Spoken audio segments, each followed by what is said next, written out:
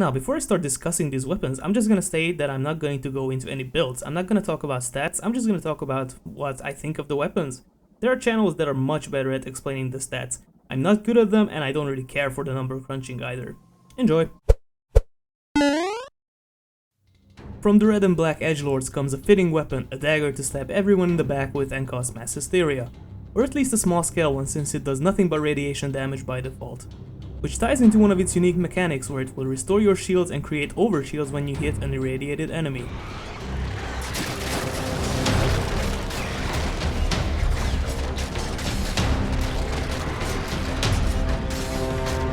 Which is also where the first problem comes up. If you're truly one with the meta, the only reason you'd want to use daggers these days is for covert lethality. Which is a one-hit kill, which kills enemies before they could get irradiated. And even if that's not the case, running around and engaging the enemy with nothing but a dagger might not be the best idea. The second mechanic is reduced visibility, but only when you're holding the weapon. After a bit of testing, it seems like it works, but it's hard to tell just how much it actually helps. And this is also where the second issue comes up. If you want to utilize stealth, you're much better off to just go with a frame that gives you total invisibility. Because stealth in this game is still broken and still needs a rework, badly. But that's just my opinion. So in the end, this isn't really a weapon that I see the appeal of, or at least not one that I would want to use. From the new age space racists comes yet another heavy weapon to add to the sudden surge of the ones we've been getting lately.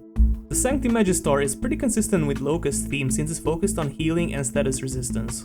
Kinda like the Oberon of melee weapons. Its first ability is to release a healing pulse from every charged attack, which sounds pretty nice on paper, but the problem, at least for me, is that charge attacks are still way too clunky to use. That aside, it's useful enough if you can put up with the initial hit that you have to do before the charged attack. The second feature is creating status resistances when being held, and personally I think this is the bigger one of the two. Sure, it only works when you're actually holding the weapon, but it's active at all times. Not to say you're completely invulnerable to any and all status effects, but they all have a chance to be negated. Which is especially helpful if you happen to miss a grenade door laser and you waltz right through it, saving you the energy you would have otherwise lost. Overall, solid weapon, but again, not one that I would use a lot. And speaking of fitting in with the theme, here's a weapon from the sci-fi capitalists themselves, which only seems to further their agenda. On the one hand, we finally got another whip, and even though it's just a slightly modified version of an already existing one, it's still a weapon class that doesn't get nearly enough love. And on the other hand, the only thing it has going for it over the regular Lecta is that killed enemies drop double the credits. You know, those tiny little bits and pieces of credit chips they occasionally drop when they are killed, the totally negligible gains, yeah, you get twice as much of that now. Again, an ability that sounds useful enough on paper, but when you actually put it to the test, you realize just how pointless it is.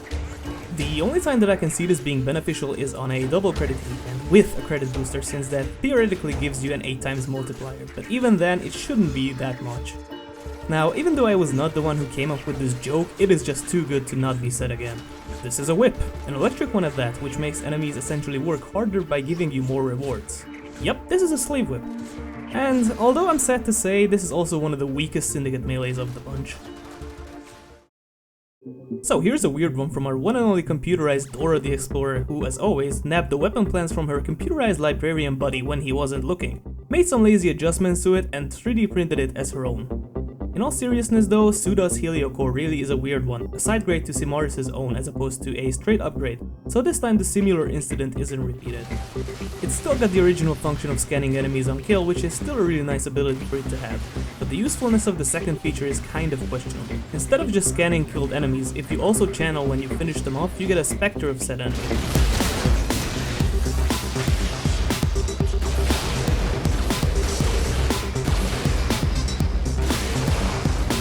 Which, yet again, sounds really nice on paper, but when you put it to the test, not that great.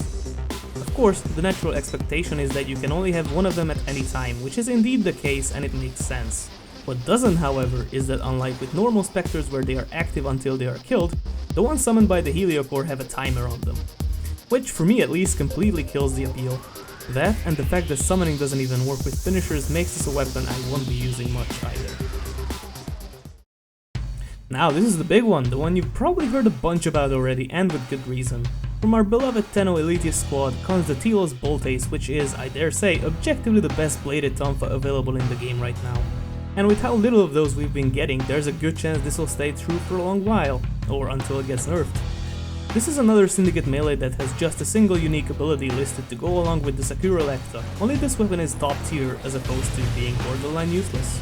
And even though its mechanic might not be the most exciting or anything, it's still one of the most useful ones. Every single spin attack sends out a wave that damages anything in the vicinity. And when I say anything, I do mean anything in 360 degrees, and to top that, you can even damage enemies above or below you, as far as the weapon's range stats allow it, of course. I don't think I really need to explain why is this so great, but to just give you an example anyway, the Vernier door lasers come to mind once more. Additionally, even though the game doesn't tell you this, for whatever reason, the TL's Bolt-A speeds up your maneuvers when it's equipped.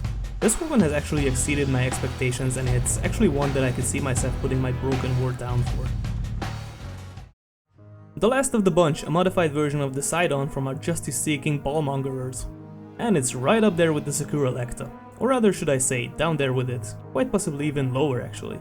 The weapon itself is certainly not bad, but it's also nothing special to write home about. It had the possibility to become something cooler with the Syndicate touch-up, but of course in the end that did not happen. What we got instead is the Syndicate melee that's quite possibly getting trashed the most, and there's a reason for that. Again, this is another weapon that only has a single ability attached to it, but in this case the ability itself is quite possibly even less useful than the Sakura Electa's. Every blocked hit charges up a radio blind, fully charged by 15 of those, which gets released as soon as you let go of the block. There's no way to save up this blind and use it when you want to, and of course if you let go of the block button before the counter reaches 15, it's all gone and you have to start over. Now combine that with the unreliable nature of blocking itself and the fact that what you get out of this is a 5-second stun, it's hardly a worthwhile payoff, since in the time you spend racking up the blocks you might as well just mow them down, which would probably be much faster as well. Hard skip on this one. So what have we learned today?